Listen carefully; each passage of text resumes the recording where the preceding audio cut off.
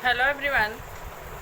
हम आपने क्षितिज का दूसरा चैप्टर पढ़ रहे थे, यानी मैंने आपको क्षितिज का दूसरा चैप्टर मृदुला गर्ग जी का मेरे संग की औरतें मैंने स्टार्ट किया था, जो अभी कंप्लीट नहीं हो पाया है। तो उसमें लेखिका ने संस्मरण अपनी स्मृतियों के आधार पे, यानी कि स्मृतियों के आधार पे लिखा गया, यानी कि एक संस्मरण है। और स्मृतियों के आधार पे उन्होंने अपनी नानी, दादी, माँ, बहनों, यानी अपने घर की, अपने साथ की सभी औरतों के बारे में, जैसा कि चैप्टर के नाम से ही स्पष्ट है, मेरे संग की औरतें। तो इसमें लेखिका ने अपने घर, अपने परिवार या रिश्तेदार मानिए या अपने साथ की मानिए, सारी औरतों के व्यक्तित्व के बारे में बारी बारी से वर्णन किया है, जिसमें एक उनके साथ की औरतों या उनके परिवार की औरतों में से एक बात मुख्य रूप से उभर कर आती है कि वे थोड़ी लीक से हटकर कार्य करने वाली महिलाएं हैं। जैसा कि आपने सबसे पहले उनकी दादी के बारे में देखा, नानी के बारे में, सॉरी, उनकी नानी जी एक परंपरावादी, रूढ़िवादी, अनपढ़ महिला होते हुए भी किस तरह से लीक से हटकर काम करती हैं, यानी वो अपने पति के हिसाब से न रहकर, अपने पति के पद चिन्हों पे न चलकर, बिल्कुल अपने तरीके से, जो कि उन्हें स्वयं पसंद है। यानी लेखिका ने एक जगह लिखा है, अपने इच्छानुसार आज घर के अंदर आज़ाद रहना भी एक अलग खुशी देता है। यानी वो बिल्कुल आज़ाद ख्याल देखने में नहीं लगती, बिल्कुल रूढ़िवादी, परंपरावादी महिला लगती हैं, लेकिन उसमें वो आज़ादी का अनुभव करती हैं और देश प्रेम की भावना, इस तरह की महिला होते हुए भी किस तरह उनके अंदर देश के आज़ादी के लिए जुनून भरा हुआ है, जो उनके आखिरी समय में उभर कर मुखर हो उठता है। वो अपने पति, जिसके सामने, अपने पति के सामने जो औरत घूंघट करती थी, वो पति से ये कहती है कि आप अपने मित्र को बुला दीजिए, मुझे उनसे कुछ ज़रूरी बात करनी है। और पति के मित्र आते हैं तो स्वयं उनसे जाके, जिसके सामने उन्होंने कभी जिसके सामने नहीं गई, उनसे वो मुखर होकर बात करती हैं कि ये तो साहब ठहरे, इनके बस का है नहीं, मुझे अपनी बेटी की चिंता खाए जा रही है शादी की, तो आप अपने तरह का, यानी आज़ादी का सिपाही कोई मेरी बेटी के लिए ऐसा वर्ड ढूंढिए जो कि आज़ादी का सिपाही रहा हो। इससे साफ पता चलता है कि एक सरकारी अफसर की पत्नी अगर इस तरह के आज़ादी के बाद एक स्वतंत्रता सेनानी या आज़ादी के सिपाही से अपनी पुत्री की शादी करना चाहती हैं, तो उससे उनके देश प्रेम के प्रति उनका लगाव, देश प्रेम की भावना उसके अंदर की जागृत होती है, उनका जुनून देश प्रेम के प्रति प्रत्यक्ष रूप से दिखाई देता है। और आपने देखा किस तरह से देश से उनको अटूट प्रेम है कि उनके पति, जो कि एक विलायत के पढ़े लिखे, कैम्ब्रिज विश्वविद्यालय से बैरिस्ट्री की डिग्री हासिल करके आए हैं, उसके बाद यही नहीं, डिग्री ही नहीं बल्कि उनका पूरा व्यक्तित्व, पूरा रहन सहन विलायती है, और उसी तरह से वो उनकी दिनचर्या भी, जीवनचर्या भी चलती है जिस तरह से एक अंग्रेज़ की चलती है। लेकिन जो लेखिका की नानी जी हैं, वे बिल्कुल उससे भिन्न हैं। वो उस समय भी पति के साथ होते हुए भी, परंपरावादी होते हुए भी, पति को ना तो कभी दबाव देती हैं कि आप इस तरह से न रहिए, ना ही कभी वो पति का अनुसरण करती हैं, बल्कि एक परंपरावादी भारतीय महिला होने का अपना कर्तव्य निर्वाह करती हैं और पूर्ण रूप से परंपरावादी जीवन जीती हैं। रूढ़वादिता भरा उनका जीवन है। पर्दा प्रथा, किसी बाहरी पुरुष के सामने बात न करना, न बोलना, ये उनके व्यक्तित्व की पहचान बन गई है। आज़ाद ख्याल होते हुए भी इन परंपराओं को इस तरह से मानना, आप देख सकते हैं, लीक से हटकर काम है।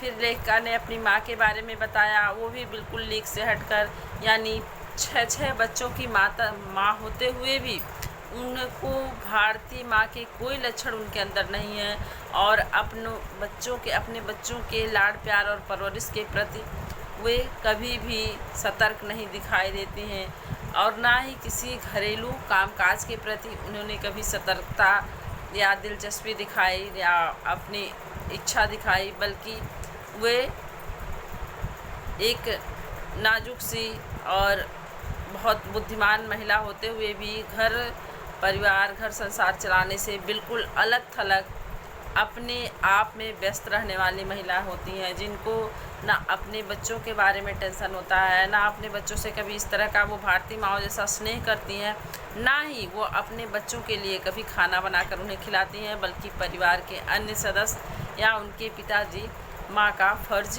निभाते हैं। उनकी माँ अपनी रुचि के अनुसार या तो पुस्तकें पढ़ती हैं या फिर साहित्य चर्चा या संगीत सुनना, ये 3 उनके प्रिय शौक़ हैं, जो तीनों शौक़ वो अपने लगभग चारपाई पर पलंग पर लेटे लेटे ही पूरा करती हैं। तो ये उनके माँ के बारे में आपने सुना। इसके बावजूद पूरे परिवार में उन्हें बहुत ही श्रद्धा भाव एवं सम्मान की दृष्टि से देखा जाता है। उसका भी एक कारण है लेखिका के अनुसार। उसका कारण क्या है कि वह सत्यवादी यानी कि हमेशा सच बोलने वाली, कभी झूठ न बोलने वाली और न्यायप्रिय महिला रही हैं। इसके साथ साथ उनका व्यक्तित्व काफ़ी खूबसूरत, जो शारीरिक व्यक्तित्व वो भी बहुत खूबसूरत है। पहली बात तो किसी की बात किसी से कहती नहीं हैं, कभी झूठ नहीं बोलती हैं और सत्य के प्रति उनकी अटूट निष्ठा है। वो हमेशा सत्य कहती हैं, सत्य बोलती हैं और न्यायप्रिय हैं, किसी के साथ अन्याय नहीं होने देना चाहती हैं। इसके साथ वो सभी के साथ मधुर व्यवहार करती हैं, इसलिए उनके बाहर के लोग भी काफ़ी अच्छे दोस्त हैं और घर में भी उनको अत्यंत श्रद्धा से देखा जाता है और बहुत ही सम्मान मिलता है। यहाँ तक कि उनकी कही बात को पत्थर की लकीर घर में माना जाता है। कभी कोई उनसे कोई बात प्रतिवाद या वो काम नहीं की, वो ऐसा कोई प्रश्न घर में नहीं आता है। यानी लेखिका के परिवार में निजता को काफ़ी ज़्यादा महत्व दिया जाता है। कोई भी अपना ज़िंदगी अपने अनुसार निजी रूप से व्यतीत कर सकता है आराम से। फिर आपने लेखिका के परदादी के बारे में सुना। उन्होंने भी लिख से हटकर ही सारे कार्य किए। अपनी पुत्रवधू के जब पुत्रवधू उनकी पहली बार माँ बनने वाली रहती हैं तो मंदिर में जाके डंके की चोट पे मन्नत मांगती हैं कि मुझे हर हाल में पुत्री चाहिए और ईश्वर ने उनका सुन लिया और लगातार उन्हें 5 पुत्रियाँ प्रदान की। उनकी पुत्रवधू को 6ठे नंबर पे एक पुत्र की प्राप्ति हुई, जिसमें उनकी पहली बच्ची। उसके बाद इसके अलावा उनकी परदादी ने किस तरह एक चोर को बिना किसी सज़ा, बिना किसी डांट के, बिना किसी दंड के, बिना प्यार से समझाए किस तरह सिर्फ अपने बातों के जाल में फंसाकर उसको एक चोर से एक बहुत ही सज्जन कृषक बना दिया। खेती करने वाला, एक चोरी करने वाला इंसान खेती करने लगा। ये भी अपने आप में एक अकल्पनीय बात है जो कि उनकी दादी ने कर दिखाया। इसके बाद आपने उनकी नानी, दादी, माँ तीनों लोगों के बारे में जान ही लिया। फिर उन्होंने अपनी बहनों के बारे में बताया। पिताजी नाना जी के बारे में भी थोड़ा बहुत बताया। पिताजी स्वतंत्रता सेनानी थे और नाना जी एक ऐसे साहब थे जो कि सिर्फ जाति से हिंदुस्तानी थे, बाकी कर्मों से वो अंग्रेज़ थे। उसके बाद आपने देखा लेखिका ने अपने बड़ी बहन के बारे में बताया, मंजुला भगत। वो भी शादी के बाद लेखन कार्य में संलग्न हो गई और परंपरा का निर्वाह करते हुए उन्होंने अपने पति का नाम अपने आगे जोड़कर मंजुला जैसे मंजुला भगत हो गई। सेम उसी तरह दूसरे नंबर पर लेखिका, हमारी लेखिका मृदुला गर्ग जी हैं। वो भी शादी के बाद ही लेखन शुरू करती हैं और मृदुला गर्ग नाम अपना लेती हैं। तीसरे नंबर पे जो उनकी बहन है चित्रा, वह भी एक लीक से हटकर पहले तो लगता था कि वो ऐसी नहीं है, लेकिन वो भी लीक से हटकर चलने वाली महिला है। और यहाँ तक कि उन्होंने पहली निगाह में जिस लड़के को कह दिया कि मैं इसी से शादी करूँगी, तो उनने हर हाल में बिना उस लड़के की जानकारी के, बिना अपने परिवार की जानकारी के वो फैसला कर चुकी थी कि मैं इसी से शादी करूँगी और मैंने जो सोच लिया है वह होकर रहता है। तो इस तरह से उनकी शादी होती है। फिर रेणु जी के बारे में आपने देखा, जो उनकी चौथे नंबर की बहन है लेखिका की, जो कि अपने धुन की इतनी पक्की हैं कि वह पूरे सुनसान शहर में, जबकि बारिश के कारण पूरा दिल्ली शहर ठप हो गया था, जैसे आपने लॉकडाउन में दृश्य देखा वह दृश्य था। शहर में सड़कों पे पानी की वजह से पानी लबालब भरा हुआ था, सड़कों पे नाले और परनाले सब बह रहे थे। कोई भी वाहन सड़कों पे आ जा नहीं रहे थे। लेखिका की बहन रेणु जी 2 किलोमीटर पैदल चलकर जाती हैं, 2 किलोमीटर पैदल चलकर आती हैं बिना अफसोस के। उनके चेहरे पर सेकंड की एक रेखा तक नहीं होती, कोई अफसोस नहीं होता उन्हें कि मैं क्यों गई, बल्कि कहती हैं कि क्या हुआ इसमें, मैं स्कूल गई, स्कूल बंद था, मैं चली आई, इसमें आप लोग के कहने की बात कहाँ से आ गई कि आपने कहा था स्कूल बंद होगा। तो ऐसे ऐसे चरित्र लेखिका के घर में हैं। तो आइए अब आगे के चैप्टर के बारे में पढ़ते हैं। तो आपने लेखिका की बड़ी बहन मंजुला भगत और लेखिका की चौथे नंबर की बहन रेणु जी के बारे में जान लिया। अब हम उनकी तीसरे नंबर की बहन चित्रा जी के बारे में पढ़ते हैं। वह कॉलेज पढ़ने तो जाती थी पर खुद पढ़ने से ज़्यादा दिलचस्पी औरों को पढ़ाने में रखती थी। कॉलेज में जब वो जाती थी उन्हें अपने पढ़ने से ज़्यादा आनंद किस चीज़ में आता था, औरों को पढ़ाने में। उनकी रुचि औरों को पढ़ाने में ज़्यादा थी, इसलिए इम्तहान में उसके अंक कम और उसके शागिर्दों के ज़्यादा आते थे। उनके अंक जब एग्ज़ाम होते थे, परीक्षा फल आता था, तो उसमें चित्रा जी के अंक कम होते थे, बावजूद उनके जिन्हें वे पढ़ाती थी और जिन्हें वो बताती थी उनके अंक यानी उनके शागिर्दों यानी शिष्यों के अंक ज़्यादा आते थे। पर अपने यहाँ सब चलता था। अपने यहाँ यानी लेखिका के यहाँ ऐसी किसी बात पे कोई टीका टिप्पणी नहीं होती थी। सब कुछ जो जिसकी इच्छा, निजता को इतना महत्व था निजत्व को कि जो रहना चाहे, जो करना चाहे वो कर सकता था। उसकी शादी का वक्त आया तो उसने एक नज़र में लड़का पसंद करके ऐलान कर दिया कि शादी करेगी तो उसी से।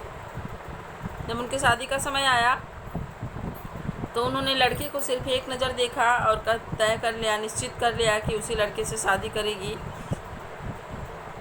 और मुश्किल यह थी कि हमारे माँ बाप ही नहीं, खुद लड़का भी उसके निर्णय से वाकिफ़ नहीं था।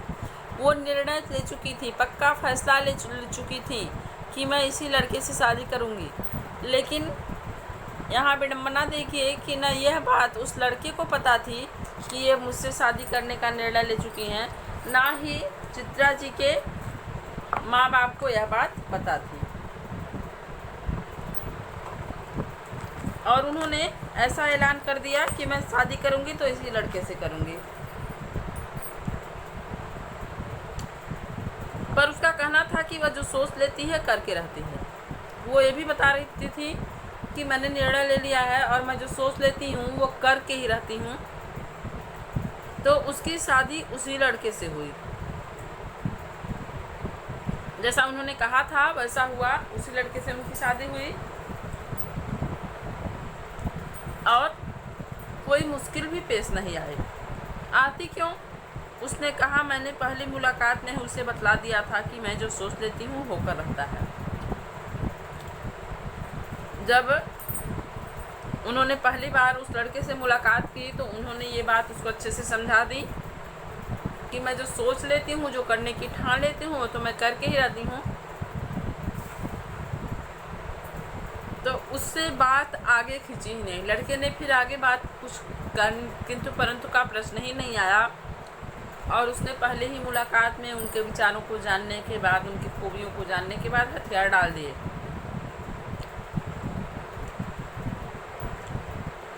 ये उनकी चौथे नंबर की बहन के बारे में हो गया। तीसरे नंबर की बहन के बारे में हो चुका। चौथे नंबर की बहन रेणु जी के बारे में पहले ही पढ़ चुके हैं। अब हम में सबसे छोटी बहन यानी 5वें नंबर की बहन अचला जी के बारे में जानते हैं। अचला काफ़ी दिनों तक कुछ कम खिसकी मालूम पड़ती थी। कम खिसकी यानी जो इनके परिवार में एक परंपरा थी लीक से हटकर चलने की, वो कुछ कम दिखाई देता था अचला जी में। ऐसा लगता था कि ये शायद थोड़ा सा लीक पे चलने वाली लड़कियों में से हों। पिता का कहना मानकर पहले अर्थशास्त्र किया। उन्होंने अपने पिता की बात मानी। पहले अर्थशास्त्र से एमए किया, फिर पत्रकारिता में दाखिला लिया, फिर पत्रकारिता का कोर्स करने लगी।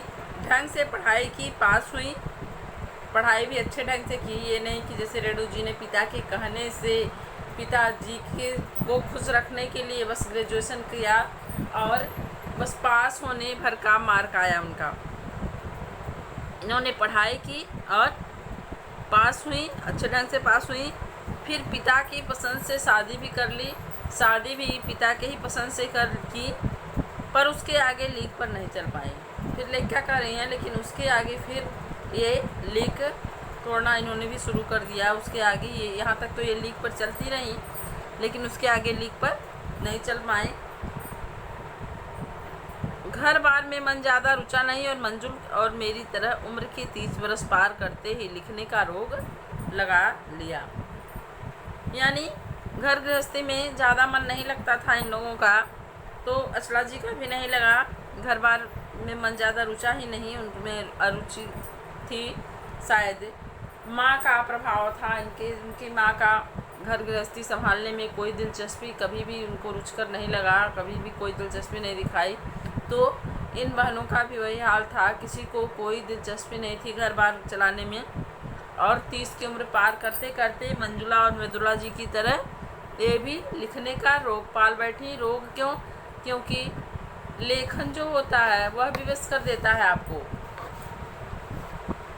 अकेले रहने के लिए, एकांत ढूंढने के लिए, क्योंकि ये लेखक जो होता है वह यथार्थ से ज़्यादा कल्पना की दुनिया में जीता है। यथार्थ का वर्णन करने के लिए भी उसे कल्पना की आवश्यकता होती है। भले ही वो यथार्थवादी लेख लिख रहा हो, लेकिन उसमें भी उसे कल्पना की आवश्यकता होती है। बिना कल्पना जगत में खोए लेखक लिखने का कार्य नहीं कर सकता है। तो यहाँ पे आप देख रहे हैं अचला जी भी लिखने का रोग पाल लिया, यानी वह रोग जो असाध्य था, जो 2 बहनें पहले से ही पाल रखी थी, इन्होंने भी वह रोग गले से लगा लिया और 30 वर्ष की उम्र में लेखन कार्य शुरू कर दिया। एक बात हम में एक सी रही, घर बार को परंपरागत तरीके से हमने भले चलाया हो, उसे तोड़ा भी नहीं। हमने भले न चलाया हो, उसे तोड़ा भी नहीं। लेखिका कह रही हैं, हम सभी बहनों में एक बात बहुत कॉमन थी कि हमने भले ही बहुत अच्छे ढंग से घर परिवार न चलाया हो, भले ही गृह लक्ष्मी न हो, घर गृहस्थी करना न जानते हों, लेकिन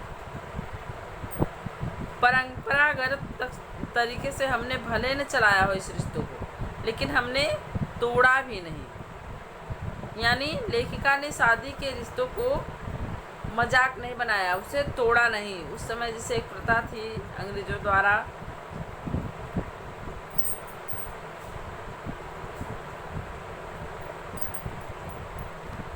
कि अगर शादी नहीं चल पा रही है या आपस में एक दूसरे का विचार नहीं मिल रहे हैं तो तलाक हो जाता था। लेकिन लेखिका क्या कर रही हैं, हमने भले ही अच्छे तरीके से घर गृहस्थी को न चलाया हो, लेकिन हमने कभी अपने घर को तोड़ने का काम ही नहीं किया। शादी एक बार की और कायम रखा।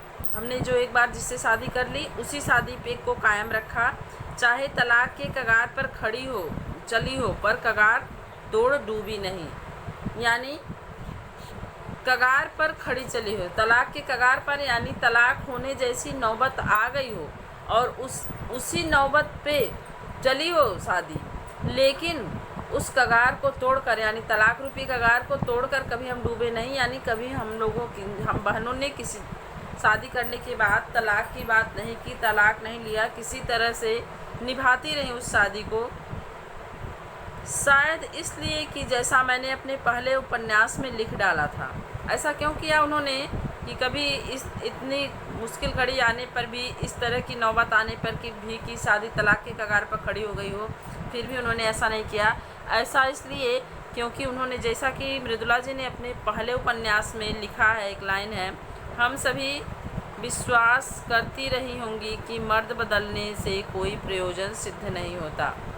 यानी शादी इससे हो, उससे हो, किसी से भी हो, किसी भी घर में शादी करने से कोई कार्य सिद्धि नहीं प्राप्त होती, किसी प्रयोजन की को सिद्धि नहीं मिलती है। अर्थात हर घर में लगभग वही कार्य करने होते हैं, उसी मानसिकता के लोग होते हैं। एक औरत से वही सब चाहा जाता है कि वह घर परिवार की जिम्मेदारी अच्छे ढंग से निभाए, गृह लक्ष्मी बनकर रहे। तो इसलिए लेखिका ने लिखा कि शायद पति बदलने से कोई प्रयोजन सिद्ध नहीं होता, अगले घर में भी वही समस्याएं आती। घर के भीतर रहते हुए भी अपनी मर्जी से जी लो तो काफ़ी है। अगर हम घर के अंदर रहकर अपनी इच्छा से अपनी मर्जी अनुसार कार्य कर रहे हैं, जैसा कि ये तीनों बहनें लेखन कार्य में जुटी हुई थी, शादी के बाद ससुराल में पति के साथ रहकर भी ये इनका शौक़ था, अपनी मर्जी से किया जाने वाला कार्य था। तो ये बहुत है जीवन के लिए। अगर हम घर में हैं और अपनी मर्जी से जी रहे हैं तो ये जीवन के लिए काफ़ी है। शादी के बाद मैं बिहार के ऐसे छोटे कस्बे में रही जहां मर्द औरतें चाहे पति पत्नी क्यों न हो, पिक्चर देखने भी जाते तो अलग अलग दड़बों में बैठते। मैं दिल्ली से कॉलेज की नौकरी छोड़कर वहां पहुंची थी और नाटकों में अभिनय करने की शौकीन रही थी। अब बता रही हैं अपने बारे में लेखिका, शादी के बाद मैं बिहार के ऐसे छोटे कस्बे, डालमिया नगर एक बहुत छोटा सा कस्बा था बिहार का, उसमें जाकर रही जहां मर्द औरतें चाहे पति पत्नी के न पिक्चर देखने में भी जाते तो अलग अलग दड़बों में बैठते। चाहे एक पति पत्नी ही पिक्चर देखने साथ जाते हों, लेकिन वहाँ अलग अलग पुरुष वर्ग के साथ और महिला वर्ग के साथ बैठती थी। उनके अलग अलग दड़बे यानी स्थान, रहने का स्थान, दड़बा जो मुर्गी के रहने का स्थान होता है उसको बोलते हैं। तो उसी तरह के अलग अलग जो उनके केबिन थे, अलग अलग केबिन में बैठते थे। मैं दिल्ली से कॉलेज की नौकरी छोड़कर वहाँ पहुँची थी। लेखिका दिल्ली में कॉलेज में अध्यापन का कार्य करती थी उस समय, और उस नौकरी को छोड़कर शादी करने के बाद वह डालमिया नगर गई थी और नाटकों में अभिनय करने की शौकीन रही थी। लेखिका को एक और शौक़ था लेखन के अलावा नाटकों में अभिनय करने का। मैंने उनके चलन से हार नहीं मानी। साल भर के भीतर उन्हीं शादीशुदा औरतों को पराए मर्दों के साथ नाटक करने के लिए मना लिया। लेखिका कह रही हैं कि मैंने वहाँ की चलन देखकर, वहाँ के रीति रिवाज देखकर मैं हतोत्साहित नहीं हुई, मैंने कभी हार नहीं मानी। मुझे यह पूरा विश्वास था और मेरे अंदर इतना उत्साह था कि मैं इस रीति रिवाज को तोड़ सकती हूँ, इसको बदल सकती हूँ। कभी उन्होंने हार नहीं मानी कि अब तो मैं ऐसे माहौल में आ गई हूँ कि अब मेरी कोई इच्छा, कोई शौक़ पूरा नहीं हो सकता है। और साल भर के भीतर ही लेखिका ने उन शादीशुदा औरतों को तैयार कर लिया नाटक में काम करने के लिए, जो कभी पिक्चर में अपने पति के साथ बैठकर नहीं देखती थी। उनको मानसिक रूप से लेखिका ने ऐसा तैयार किया कि वो पराए मर्दों के साथ नाटक में काम करने के लिए तैयार हो गई। अगले 4 साल तक हमने कई नाटक किए। अकाल राहत कोष के लिए उन्हीं के माध्यम से पैसा भी इकट्ठा किया। अगले 4 साल तक लेखिका और उनकी मित्र मंडली ने काफ़ी सारे नाटक किए और अकाल पीड़ितों के लिए धन भी संग्रह किया। जैसे कि चैरिटी होती है, उसी ढंग से इन्होंने धन भी संग्रह किया। वहाँ से निकली तो कर्नाटक के और भी छोटे कस्बे बागलकोट में पहुँच गई। जब वहाँ से चली लेखिका डालमिया नगर से तो कर्नाटक पहुँची। कर्नाटक में उससे भी छोटा कस्बा बागलकोट में पहुँच गई। तब तक मेरे 2 बच्चे हो चुके थे। जब लेखिका बागलकोट पहुँची तब उनके 2 बच्चे हो चुके थे लेखिका के, जो स्कूल जाने लायक थे। वो बच्चे जो 2 लेखिका के बच्चे थे वो स्कूल जाने लायक उम्र में पहुंच रहे थे, पर वहाँ कोई ढंग का स्कूल नहीं था। लेखिका के बच्चों की उम्र हो गई थी कि वो स्कूल भेजे जाएँ, हो रही थी धीरे धीरे, लेकिन वहाँ पे कोई अच्छा, कोई ढंग का स्कूल नहीं था जहाँ लेखिका अपने बच्चों का दाखिला करा सके या एडमिशन करा सके।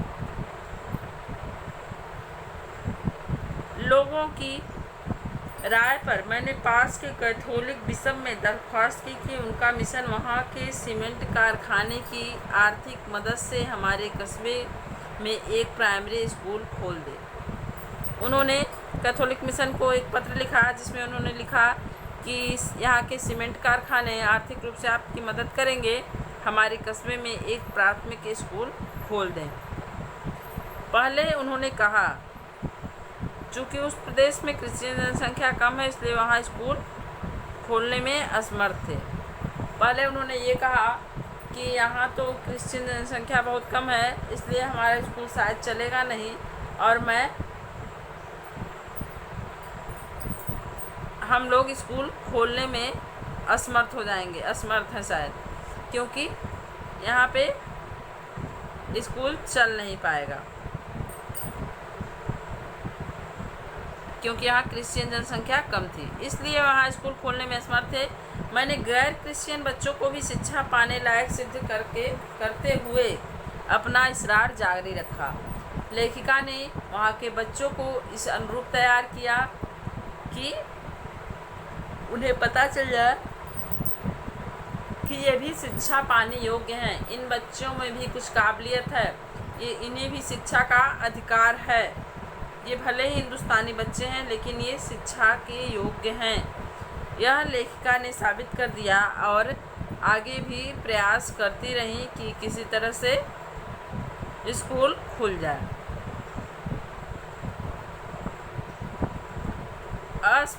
असमर्थ थे, मैंने गैर क्रिश्चियन बच्चों का भी शिक्षा पाने लायक सिद्ध करते हुए अपना इसरार जारी रखा।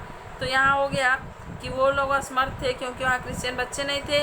लेखिका ने यह साबित कर दिया कि गैर क्रिश्चियन बच्चे भी शिक्षा पाने के लिए के अधिकारी हैं और शिक्षा पाने लायक सिद्ध कर दिया लेखिका ने, और अपना जो आग्रह था, अनुग्रह था, वो जारी रखा कि स्कूल खुलना ही चाहिए। तब उन्होंने कहा, हम कोशिश कर सकते हैं बशर्ते आप हमें यकीन दिलाएं कि वह स्कूल अगले 100 वर्षों तक चलता रहेगा। उन्होंने ऐसी शर्त रखी जो कि जैसे उन्हें पता हो कि अगर यह शर्त रखी जाएगी तो वो हमसे स्कूल खोलने को नहीं कहेंगी, और इसी को कहते हैं सांप भी मर जाना, लाठी भी न टूटना। यानी उन्होंने ऐसी बात रखी कि लेखिका स्वयं मना कर दें कि आप स्कूल मत खोलिए और हम लोग को मना भी न करना पड़े। तो उन्होंने कहा कि आप यकीन दिलाइए कि स्कूल अगले 100 सालों तक चलता रहेगा। 100 साल तक तो कोई इंसान अपने ऊपर नहीं विश्वास कर सकता है कि मैं 100 साल तक ज़िंदा रहूँगा या नहीं। फिर ये कैसे कोई निर्णय ले सकता है कि ये स्कूल 100 साल तक चलता ही रहेगा। तो इस प्रकार उन परंपरावादी रूढ़िवादी औरतों को उन्होंने मानसिक रूप से तैयार किया कि वे गैर मर्दों के साथ, पराए मर्दों के साथ नाटक में साथ साथ काम करती थीं। ऐसी औरतें जो कि स्वयं अपने पति के साथ एक साथ बैठकर पिक्चर नहीं देखती थीं, वो पराए पुरुष के साथ नाटक करने के लिए तैयार हो गई और नाटक भी किया। अगले 4 साल तक उन्होंने बहुत सारे नाटक से भी किए और उससे उन्होंने अकाल पीड़ितों के लिए पैसा भी इकट्ठा किया। जैसे चैरिटी के माध्यम से किसी भी अकाल के लिए, राहत के लिए पैसे इकट्ठे किए जाते हैं, उस तरह से उन्होंने पैसे भी इकट्ठा किए। वहाँ से निकली तो कर्नाटक के और भी छोटे कस्बे बगलकोट में पहुँच गई। फिर वहाँ तो इन्होंने ये काम किया, इस तरह से वहाँ की पर्दा प्रथा को उन्होंने एक तरह से तोड़ा। फिर बगलकोट जब गई वहाँ ने, तो आपने देखा किस तरह से वहाँ पे जहाँ पढ़ने की व्यवस्था नहीं थी, छोटे बच्चों को पढ़ने के लिए स्कूल नहीं था। जो कैथोलिक मिशनरी थी उनका कहना था कि यहाँ पे क्रिश्चियन जनसंख्या ज़्यादा नहीं है तो स्कूल यहाँ पे चल नहीं सकता है, जिसका उन्होंने उत्तर यह सिद्ध करके दिया कि गैर क्रिश्चियन बच्चों को भी पढ़ने का अधिकार है और वो भी पढ़ सकते हैं, वो भी सक्षम है। लेकिन फिर भी वो स्कूल खोलने को तैयार नहीं हुए और उन्होंने ये कहा कि आपको ये विश्वास दिलाना होगा कि ये स्कूल 100 वर्षों तक चलेगा। फिर लेखिका को भी गुस्सा आ गया। उन्होंने कहा कि किसी भी स्कूल क्या किसी भी चीज़ के किसी भी के बारे में यकीन से नहीं दिलाया जा सकता, विश्वास नहीं दिलाया जा सकता कि अगले 100 वर्षों तक चलेगा। चाहे वो कोई भी व्यवसाय हो या कोई व्यक्ति हो, किसी भी के 100 वर्षों तक के लिए विश्वसनीय रूप से नहीं कहा जा सकता कि ये चलेगा, क्योंकि कोई इंसान ऐसा विश्वास कैसे दिला सकता है जब उसे अपने ही 100 वर्षों के चलने का विश्वास नहीं है। तो आगे मेरे न रहने पर कौन सी चीज़ कब तक चलेगी, ये कोई कैसे विश्वास दे सकता है किसी को। तो जब लेखिका ने क्रोधित होकर ऐसी बात कह दी कि वो भी गुस्सा गए मिशनरी वाले। उन्होंने क्या कहा, खुदा का लाख शुक्र है बच्चों के न पढ़ पाने की समस्या आपकी है, मेरी नहीं। उन्होंने भी गुस्से में जवाब दिया कि कोई बात नहीं, भगवान का शुक्र है कि वो समस्या आपकी है, आप उससे निपटिए, हम लोग की समस्या नहीं है स्कूल ना खुले या ना खुले। आप जब ऐसा शर्त नहीं मान सकती तो स्कूल आप भी देख लीजिए, अपनी समस्या का निराकरण आप ही कर लीजिए। बात कड़वी थी पर 100% सच थी। यानी ये समस्या लेखिका की अपनी थी, अपने लोगों की थी। यह बात 16 आने सच थी, 100% सच थी। भले ही सुनने में कड़वी लगी कि इन्होंने ऐसे जवाब दिया, लेकिन बात वही सच थी। सच के आगे सिर झुकाने की हमारी बचपन की आदत थी। लेखिका कह रही हैं कि हमारी बचपन से आदत थी कि हम सच के आगे सर झुकाते थे। आपने उनकी माँ का एग्जाम्पल देखा, वो कुछ भी नहीं करती थी, फिर भी लोग उनके सामने श्रद्धानत रहते थे, सिर्फ उनकी सच्चाई और ईमानदारी को देखकर। तो ये उनके खून में था, ये उनको बचपन से उनको घुट्टी के रूप में पिलाया गया था, सच्चाई का सम्मान करना। सो मैंने तय किया कि मैं खुद अंग्रेजी, हिंदी, कन्नड़ 3 भाषाएं पढ़ाने वाला प्राइमरी स्कूल वहाँ खोलूँगी। लेखिका ने निर्णय लिया कि मैं खुद ही ऐसा स्कूल खोलूँगी जिसमें 3 भाषाओं का ज्ञान बच्चों को दे दिया जाए, हिंदी, अंग्रेजी और कन्नड़, जो कि वहाँ की क्षेत्रीय भाषा थी, और हिंदी अंग्रेजी उस समय भारत की मुख्य भाषाएँ भी थीं। वहाँ के अनेक मेहनती और खिसके लोगों की मत से यह व्रत पूरा हुआ। उन्होंने अपना यह संकल्प पूरा भी किया, यानी वह स्कूल भी खुल गया और मेरे बच्चे तथा अन्य अफसरों के बच्चे उसी स्कूल में पढ़े। यानी लेखिका के तथा अन्य भी जो वहाँ के अधिकारी थे, सारे बच्चे लेखिका द्वारा खोले गए और लेखिका की तरह के ही मेहनती और अपने जिद के पक्के लोगों के द्वारा खोले गए उस स्कूल में लेखिका और अन्य अधिकारियों के बच्चे भी पढ़ने लगे और उनको इतनी अच्छी शिक्षा दीक्षा मिली कि आगे चलकर अलग अलग शहरों में अलग अलग ख्याति स्कूलों में दाखिला भी पा लिए। ख्याति प्राप्त यानी बड़े और मशहूर स्कूलों में उनके एडमिशन हो पाया, उनको दाखिला मिला। ऐसे अनेक मौके आए जब मैंने अपने जिद्दीपन के नमूने पेश किए। यहाँ लेखिका ने जो अपनी जिद पूरी की है उसके बारे में कह रही हैं, ऐसा मेरे जीवन में बहुत सा मौका आया होगा जिसमें मैंने अपने जिद्दीपन का नमूना पेश किया, पर सबसे ज़्यादा उसने मंच पाया मेरे लेखन में। लेकिन इनके जिद्दीपन ने सबसे ज़्यादा, इनको अगर सपोर्ट मिला इनके जिद्दीपने को या मंच मिला सबसे ज़्यादा, तो वह उनके लेखन में मिला, जो शुरू से अब तक लीक से खिसका अपनी राह खुद तलाशता रहा। इनकी लेखन शैली जो थी तो उसमें भी ये अपनी जिद अपने अनुसार कार्य करती थी, अपने शर्तों पे कार्य करती थी लेखन में भी, और इनका लेखन जो था वो लीक से हटकर अपनी राह खुद तलाशता रहा है अभी तक।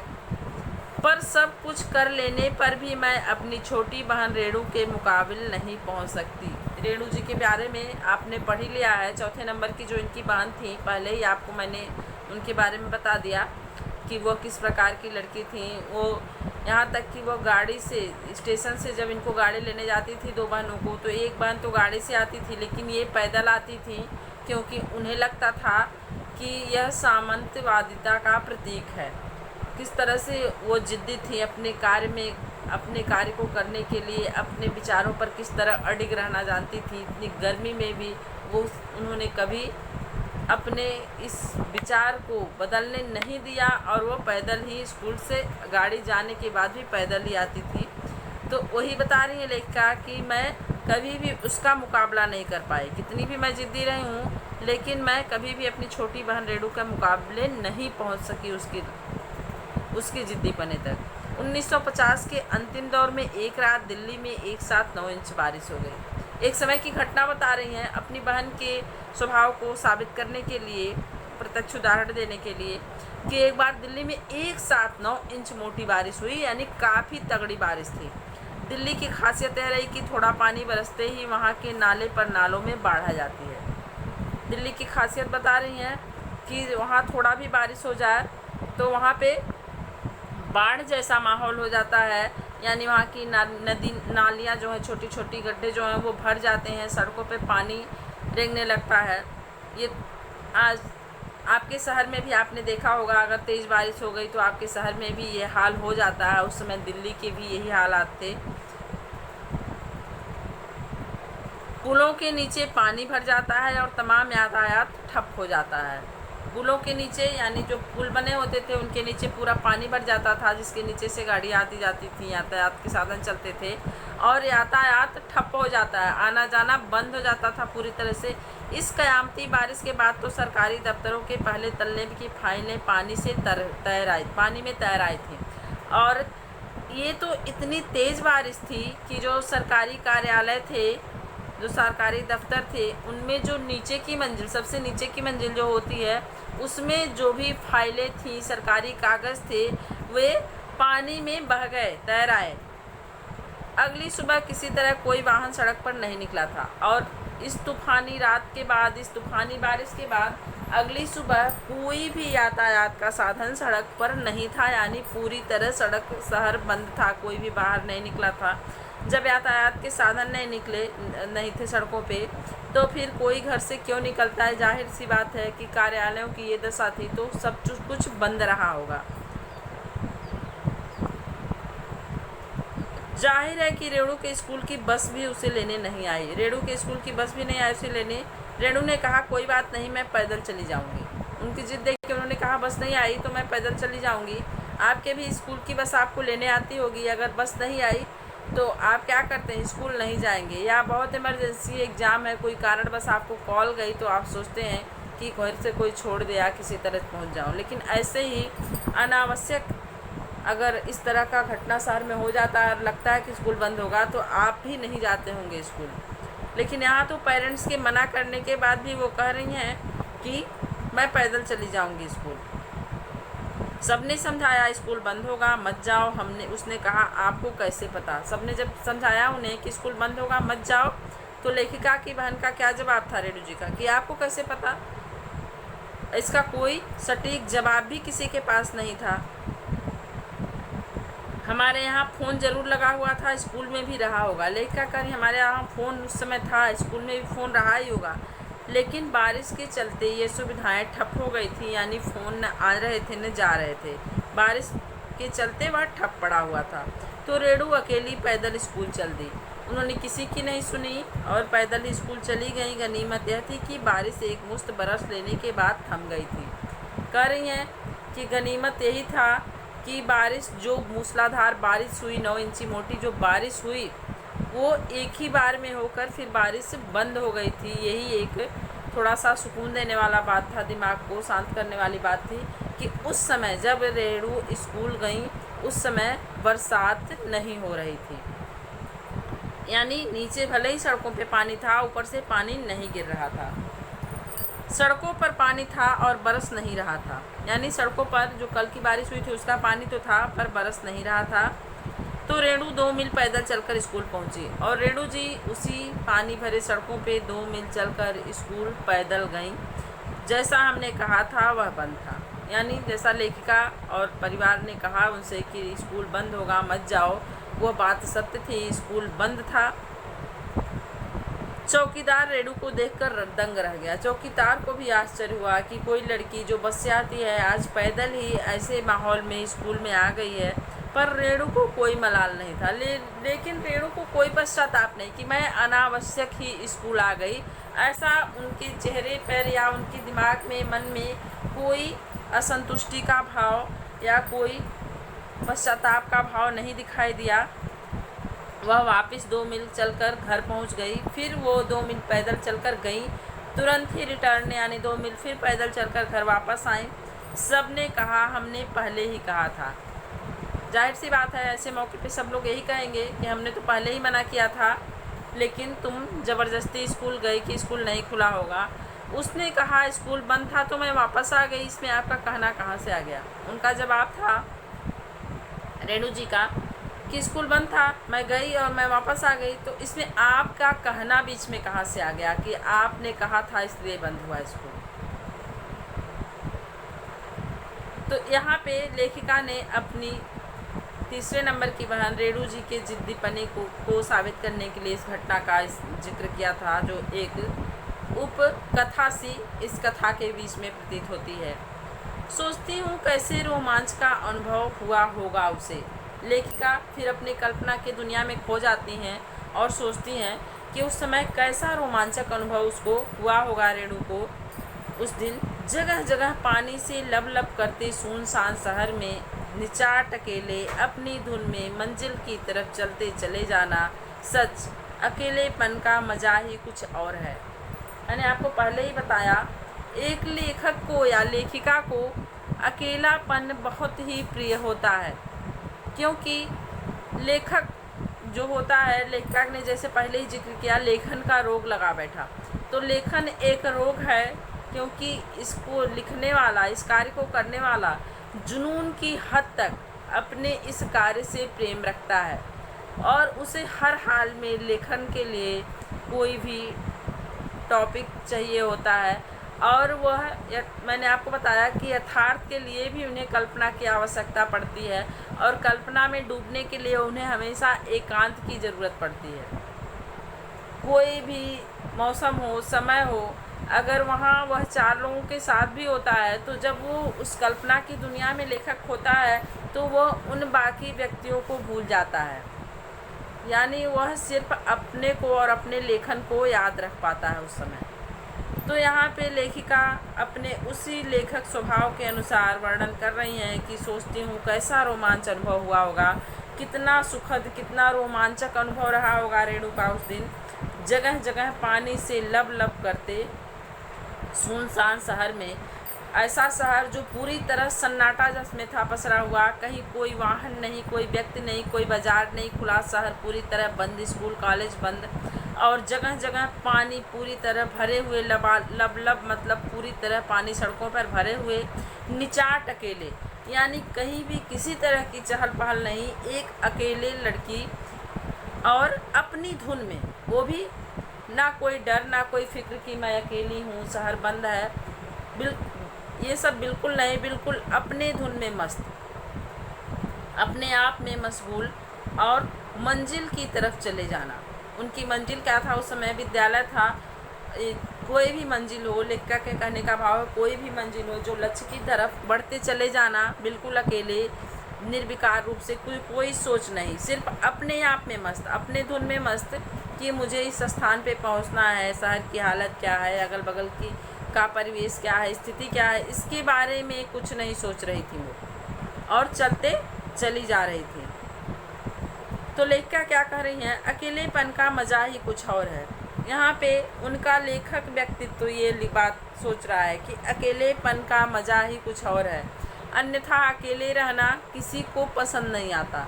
लेकिन एक लेखक जो वृंद है, ये लेखकगण, इनको अकेलेपन में कुछ खासा आनंद आता है। क्योंकि अकेलेपन में इनका लेखन कार्य, इनकी लेखन की कल्पना शैली जो होती है इनके साथ होती है।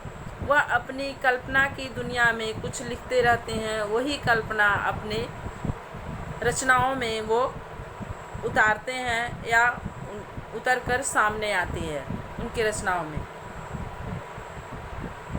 तो यहाँ आपने देखा एक लेखिका का स्वभाव। लेखिका ने अपने परिवार के बारे में जिस तरह से वर्णन किया, उनके परिवार की एक एक महिलाएं किस तरह लीक से हटकर चलने वाली, अपने आप में मस्त रहने वाली और एक आज़ाद ख्याल, सभी महिलाएं करीब करीब आज़ाद ख्याल थीं, क्योंकि उनके परिवार में निजता को काफ़ी महत्व दिया जाता था। आपने एक घटना देखी कि अगर एक बहन का पत्र दूसरी बहन के पास आता है तो माँ भी उससे ये नहीं पूछती थी कि उसकी तबीयत कैसी है, उसकी हालत कैसी है, उसने पत्र में क्या लिखा है। इतना निजता को महत्व दिया जाता था उनके परिवार में, यानी किसी के बारे में कोई कुछ नहीं पूछता था। ये उनके परिवार की परंपरा थी और इसीलिए सब लोगों ने अपने अपने अनुसार जीवन जिया। सभी अपने लक्ष्य को पाकर रहीं, अपने लक्ष्य में कामयाब रहीं। ये उनके परिवार की लगभग सभी औरतों की विशेषता रही। और इस तरह से ये चैप्टर आपका कंप्लीट हो गया है। आपने लेखिका के घर की एक औरतों के चरित्र के बारे में, व्यक्तित्व के बारे में देखा और एक कथा के चरित्र की तरह सारी हालांकि ये संस्मरण था, स्मृतियों पर आधारित था, लेकिन किसी कहानी से कम नहीं था। एक कहानी की तरह ही इनके लेखिका के घर की संघ की हर औरतों का चरित्र एक कहानी की नायिका की तरह ही था। तो ये काफ़ी, जिस तरह से लेखिका ने कहा, कितना रोमांचक रहा होगा वह चैप्टर, वह समय रेणु के लिए, तो हम लोग के लिए भी यह चैप्टर काफ़ी रोमांचक रहा। अब ये चैप्टर ख़त्म होता है। आगे एक्सरसाइज जो है इसकी प्रश्नाभ्यास, इसको नेक्स्ट वीडियो में मैं करवाऊँगी। और ये चैप्टर आपके पोर्शन में भी सम्मिलित है, यानी जो आपका क्वार्टरली एग्ज़ाम आने वाला है, जो होने वाला है अगले 5 तारीख से, उसमें ये चैप्टर भी सम्मिलित है। आपको पोर्शन मिल गया होगा तो आपको पता ही होगा। तो इस चैप्टर को मेरा अनुरोध है आपसे कि एक बार फिर से आप अच्छी तरह से पढ़ेंगे, क्योंकि कैसे क्वेश्चन आते हैं गूगल फॉर्म से आप समझ सकते हैं कि छोटे छोटे क्वेश्चन इन्हीं कथाओं कहानियों के बीच से निकाले जाते हैं। तो इसलिए आप इस चैप्टर को एक बार फिर से पढ़ लीजिएगा। आधे घंटे 1 घंटे का समय लगेगा आपका बहुत ही डीपली पढ़ने पर, जिससे आपका चैप्टर कंप्लीट रहे। तो नेक्स्ट वीडियो में मैं प्रश्न अभ्यास करा दूंगी, जो आपको थोड़ा बहुत कन्फ्यूजन होगा वो भी क्लियर हो जाएगा। Thank you, have a great day.